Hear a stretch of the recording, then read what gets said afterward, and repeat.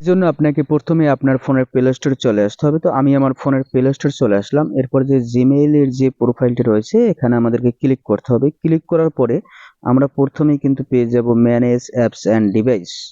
এখানে আমরা ক্লিক করব। ক্লিক করলে কিন্তু নিচের দিকে আমরা পেয়ে যাব share apps, send and receive, দুইটা অপশনই কিন্তু আমরা পেয়ে যাব। অর্থাৎ আপনি এখান থেকে কিন্তু কারো কাছ থেকে কোনো অ্যাপস বলেন বা কোনো ডেটা যেটাই বলেন না কেন সব কিন্তু আপনি এখানে নিয়ে আসতে পারবেন এবং আপনার এখান থেকে কিন্তু কাউকে পাঠাতেও পারবেন। এটা হলো আমাদের প্রথম ধাপ। তো এরপরে আমরা যদি ব্যাকে চলে আসি, ব্যাকে চলে আসার পরে আবারও প্রোফাইলে আমরা ক্লিক করব। এরপরে আমরা নিচের দিকে আসবো। দেখুন এখানে কিন্তু রয়েছে আমাদের প্লে প্রোটেক্ট, এই অপশনটিতে আমরা ক্লিক করব।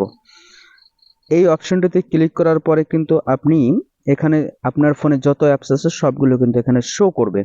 শো করার পরে কিন্তু আপনার এখানে লেখা রয়েছে স্ক্যান। তো আপনি এখানে ক্লিক করে কিন্তু আপনার ফোনে যতগুলো অ্যাপস রয়েছে সবগুলো কিন্তু আপনি এখানে স্ক্যান করতে পারবেন এবং আপনি দেখতে পারবেন আপনার এখানে কোনো ক্ষতিকর কোনো অ্যাপস আছে কিনা সেটা কিন্তু আপনাকে এখানে জানিয়ে দেওয়া হবে। তো দেখুন আমার এখানে কোনো ক্ষতিকর কোনো অ্যাপস নেই, লেখা হয়েছে নো হার্মফুল অ্যাপস ফাউন্ড।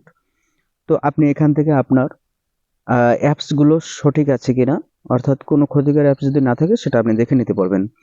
এরপর আমরা যদি আবারও ব্যাকে আসবো, আবারও সেই প্রোফাইলে ক্লিক করব। এরপরে কিন্তু আমরা সেটিংসে ক্লিক করব। তো সেটিংসে যদি আমরা ক্লিক করি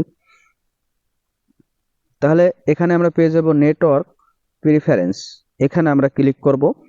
এখানে ক্লিক করার পরে কিন্তু দেখুন এখানে একটি অপশন রয়েছে আমাদের অটো আপডেট অ্যাপস।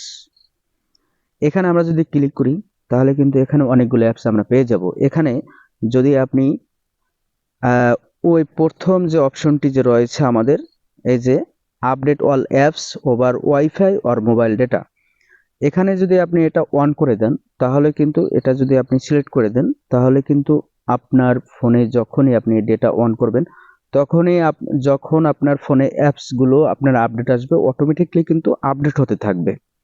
সেটা আপনি ওয়াইফাই জোনে থাকেন আর মোবাইল ডেটা জোনে থাকেন তখনই কিন্তু অটোমেটিকলি আপনার অ্যাপসগুলো আপডেট হতে থাকবে, যার কারণে আপনার মোবাইলের এমবি কিন্তু প্রচণ্ড পরিমাণে কেটে নিবে।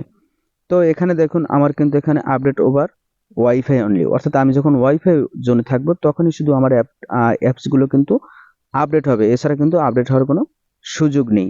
তা আপনি চাইলে নিচের অপশনটিও সিলেক্ট করে রাখতে পারেন।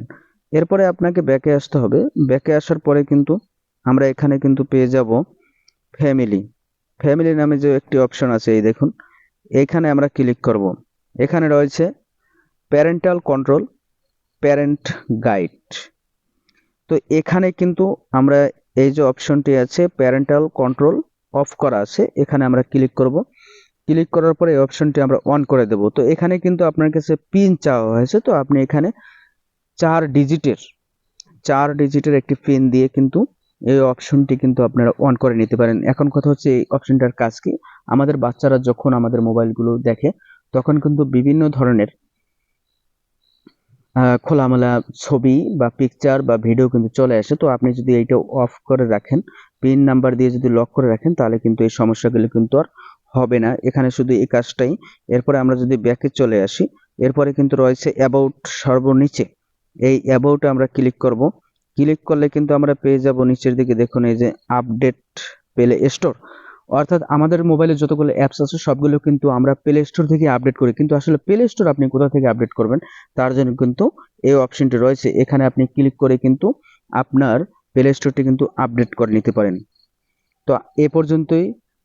আমার ভিডিওটি যদি ভালো লাগে অবশ্যই লাইক, কমেন্ট অ্যান্ড শেয়ার করতে ভুলবেন না। ধন্যবাদ।